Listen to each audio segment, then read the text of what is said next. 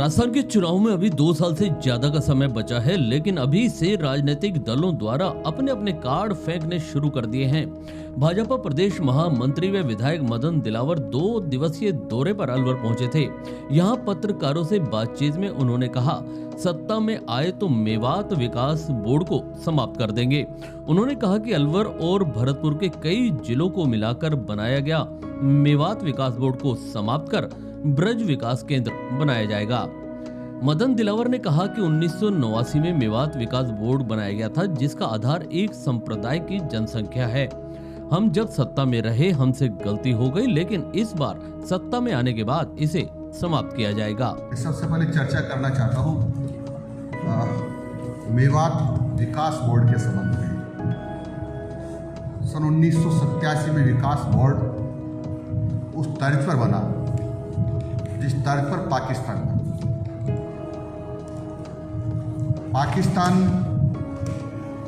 इस आधार पर बनवाया उस समय के तत्कालीन नेताओं ने कि यहाँ मुसलमानों की संख्या ज़्यादा है और इसलिए भारत के 2 टुकड़े किए। उसी प्रकार से ब्रजभूमि को, ब्रज क्षेत्र को, भगवान श्री कृष्ण की भूमि को इसलिए मेवात क्षेत्र घोषित किया गया सरकार ने कि यहाँ मेव और मुसलमान ज़्यादा रहते हैं। यानी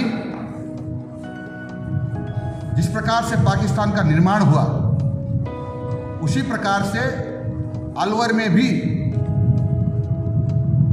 मेवात, अलवर और जो भरतपुर का कुछ क्षेत्र है उसमें और कुछ हरियाणा का है, मेवात विकास बोर्ड बनाया। दिलावर ने कहा कि कांग्रेस जनसंख्या के आधार पर देश में फिर बंटवारा करना चाहती है। मेवात क्षेत्र में पीड़ितों के मुकदमे दर्ज नहीं होते, यहाँ तक कि विशेष क्षेत्र में गैंगरेप, साइबर क्राइम और ठगी की वारदातें बढ़ रही हैं। इसमें शामिल आरोपियों के खिलाफ पुलिस का सख्त रवैया नहीं रहता, जिसके कारण अपराध बढ़ रहे हैं। इस क्षेत्र में राजनेताओं की शय पर मंदिरों को तोड़ा जा रहा है, धार्मिक स्थलों पर कब्जे किए जा रहे हैं। आपको सब पता है कि भारत के तत्कालीन प्रधानमंत्री मनमोहन सिंह जी ने कहा था कि भारत के आर्थिक संसाधनों पर 1 लाख मुसलमानों का है। उनकी बात को पूरा करने के लिए, सोनिया गांधी जी के सपने को साकार करने के लिए और हमारे अशोक जी गहलोत पूरा काम कर रहे हैं। इसीलिए तो शायद उनकी पहले से योजना होगी इन लोगों की। इसलिए 1987 में इन्होंने और मेवात विकास बोर्ड का गठन किया और वह भी इस आधार पर किया कि मुस्लिमों की संख्या ज़्यादा है। और फिर वहाँ जो हो रहा है आप देख रहे हैं, कई मंदिरों पर कब्जे हो गए हैं, कई मंदिरों की सीमा में जाकर के मजारें बना दी गई है, कई मंदिर तोड़ दिए गए हैं, कई लोगों की जमीनों को दादागिरी से खाते करवा लिया गया है, कई गांव हिंदू विहीन हो गए हैं, अनुसूचित जाति की बच्चियां तो इनके लिए खिलौना हो गया है, कोई भी उठाकर ले जाता है, कोई भी बलात्कार करता है। ये सरकार सुनती नहीं है, एफआईआर दर्ज नहीं करती है, प्रतीकात्मक एफआईआर दर्ज करके बताने की कोशिश करती है कम एफआईआर दर्ज कर रहे हैं। मैं कह सकता हूं मेवात में 90% एफआईआर दर्ज नहीं होती, और यदि होती है तो मैं कहना चाहता हूं माननीय मुख्यमंत्री जी को, ढिंढोरा पिटवा दीजिए, अर्धसैनिक बल लगा दीजिए और कहिए कि जो भी इन 87 से अभी तक अपराध हुए हैं, किसी महिला के साथ छेड़खानी हुई है, बलात्कार हुआ है या किसी की जमीन को लूटा गया, किसी के घर को लूटा गया है, तो आकर के एफआईआर दर्ज करा सकता है।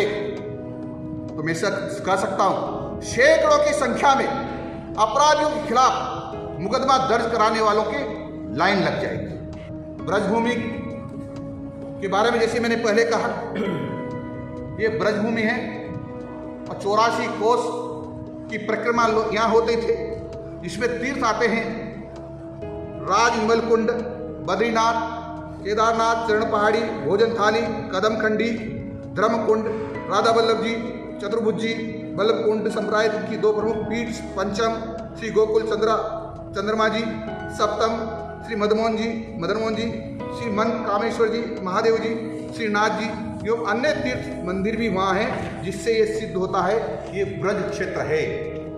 यानी श्री कृष्ण भगवान की भूमि को नष्ट भ्रष्ट करने का जो षड्यंत्र चल रहा है, यहाँ के हिंदुओं को जो अपमानित करने का षड्यंत्र चल रहा है, अब किसी कीमत पर बर्दाश्त नहीं किया जा सकता। अशोक जी गहलोत साहब, बहुत हो गया है, अब राजस्थान को बर्बाद करना बंद करिए। मुस्लिम तुष्टीकरण के कारण से आपने राजस्थान को बर्बाद कर दिया है, मेवात क्षेत्र को बर्बाद कर दिया है, और गुंडों को आपने हिंदुओं को लूटने के लिए, हिंदुओं को मारने के लिए, हिंदुओं की माँ बहनों के साथ सामूहिक बलात्कार करने के लिए आपने खुला छोड़ दिया है। उसका उदाहरण मेरे पास है, मैं उदाहरण देकर समझाना चाहता हूँ। 15 दिन के अंदर 7 गैंगरेप की घटनाएं हुई, 17 रेप हुए, कई दिनों तक तो कई मामलों में मुकदमे दर्ज नहीं हुए। मुकदमे दर्ज हो गए तो कई दिनों के बाद पकड़े गए, कई दिनों तक बाद पकड़े तो इतने दिनों तक किसने छुपाया था, इतने दिनों तक भोजन किसने कराया था, इतने दिन कहाँ रहे थे, उनको क्यों नहीं पकड़ा, उनकी जेल की शिक्षा में क्यों नहीं डाला, उनकी सारी संपत्तियों को सूचीबद्ध करके नीलाम क्यों नहीं किया गया, उनकी सारी संपत्ति को नीलाम करके सारा का सारा पैसा सरकारी खजाने में क्यों नहीं डाला। क्या कानून इजाजत नहीं देता है? क्या कानून इस बात की इजाजत देता है, लेकिन तुम कानून की पालना नहीं कर रहे हो। वहीं प्रदेश में आगामी चुनाव में मुख्यमंत्री का चेहरा कौन होगा, इस पर दिलावर ने कहा, कोई भी व्यक्ति या वसुंधरा राजे मुख्यमंत्री का चेहरा नहीं है, यहाँ कमल का फूल ही पार्टी है। पार्टी जो तय करती है उसे सर्वसम्मति से आगे किया जाएगा। उन्होंने कहा, पार्टी के बिना नेताओं की कैसी दुर्गति होती है यह तो सभी ने देखा है। राज्यपाल रहे कल्याण सिंह हो या घनश्याम तिवारी के उदाहरण आपके सामने हैं। पार्टी के नाम पर वोट मिलते हैं, ना कि किसी व्यक्ति को। पार्टी से अलग क्या लगता है? मैंने कभी नहीं कहा वसुंधरा को चुनाव लड़के देखिए। मैंने ये कहा था, किसी को ये भ्रम हो कि मेरा चेहरा ही है जो चुनाव जीता सकता है, यानी कि मैं कह दूँ राजमंडी में कि मेरा चेहरा ही है जो चुनाव जीता सकता है, मदन दिलावर का चेहरा ही चुनाव जीता सकता है, तो मदन दिलावर को पार्टी से हटकर चुनाव लड़कर के देख लेना चाहिए। 2 वोट से ज़्यादा नहीं मिलेंगे। ये हमारे यहाँ उदाहरण है। कल्याण सिंह जी जो राज्यपाल थे आगे, उन्होंने चुनाव अलग लड़ा था, उमाबाद में अलग लड़ा था, जगरपाज में अलग लड़ा था, अभी घनश्याम तिवारी ने भी अलग लड़ा था। क्या होता है? पार्टी को वोट मिलते हैं, पार्टी को वोट इसलिए मिलते हैं कि पार्टी में लाखों करोड़ों की त्याग तपस्या रही है, उन्होंने धीरे धीरे जनता का विश्वास अर्जित किया है। तो आपके एक तरीके सलाह दे रहे हैं वसुंधरा जी को कि कितनी सीटें आप पाएंगे? सलाह नहीं दे रहा, मैं मदन दिलावर को सलाह दे रहा हूँ कि मदन दिलावर इस गलतफहमी में न रहे कि इसके बिना राजमंडी में काम नहीं चलेगा। ये धरती बिजली बैठी है, भगवान राम थे ना, तभी लोग कहते हैं भगवान राम नहीं रहेंगे तो देश नहीं चलेगा।